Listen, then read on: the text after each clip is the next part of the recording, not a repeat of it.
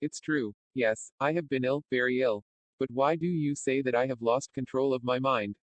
Why do you say that I am mad? Can you not see that I have full control of my mind? Is it not clear that I am not mad? Indeed, the illness only made my mind, my feelings, my senses stronger, more powerful.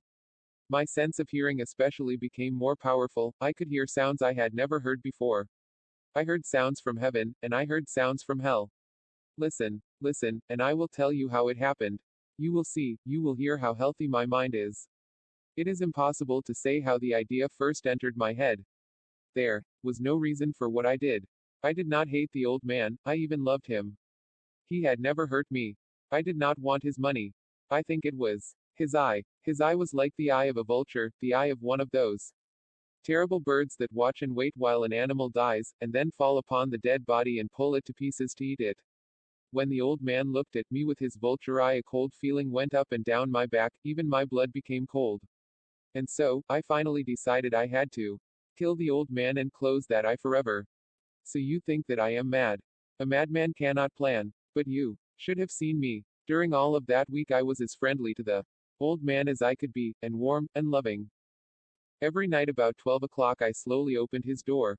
And, when the door was opened wide enough, I put my hand in, and then my head. In my hand, I held a light covered over with a cloth so that no light showed, and I stood there quietly.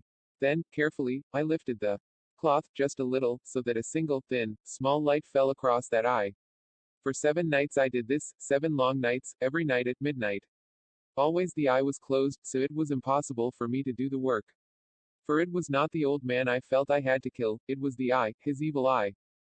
And every morning I went to his room, and with a warm, friendly voice I asked him how he had slept. He could not guess that every night, just at 12, I looked in at him as he slept.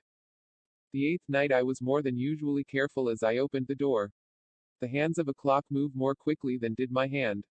Never before had I felt so strongly my own power. I was now sure of success. The old man was lying there, not dreaming that I was at his door. Suddenly he moved in his bed. You may think I became afraid. But no, the darkness in his room was thick and black. I knew he could not see the opening of the door.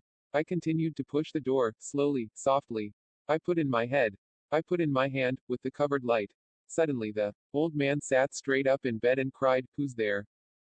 I stood quite still. For a whole hour I did not move. Nor did I hear him again lie down in his bed. He just sat there, listening. Then I heard a sound, a low cry of fear which escaped from the old man. Now I knew that he was sitting up in his bed, filled with fear. I knew that he knew that I was there. He did not see me there. He could not hear me there. He felt me there. Now he knew that death was standing there.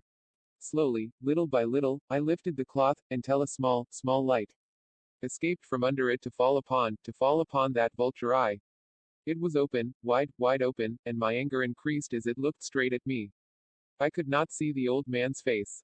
Only that eye, that hard blue eye, and the blood in my body became like ice. To be continued. For the ending, it's in part 2. Subscribe to my channel for more videos.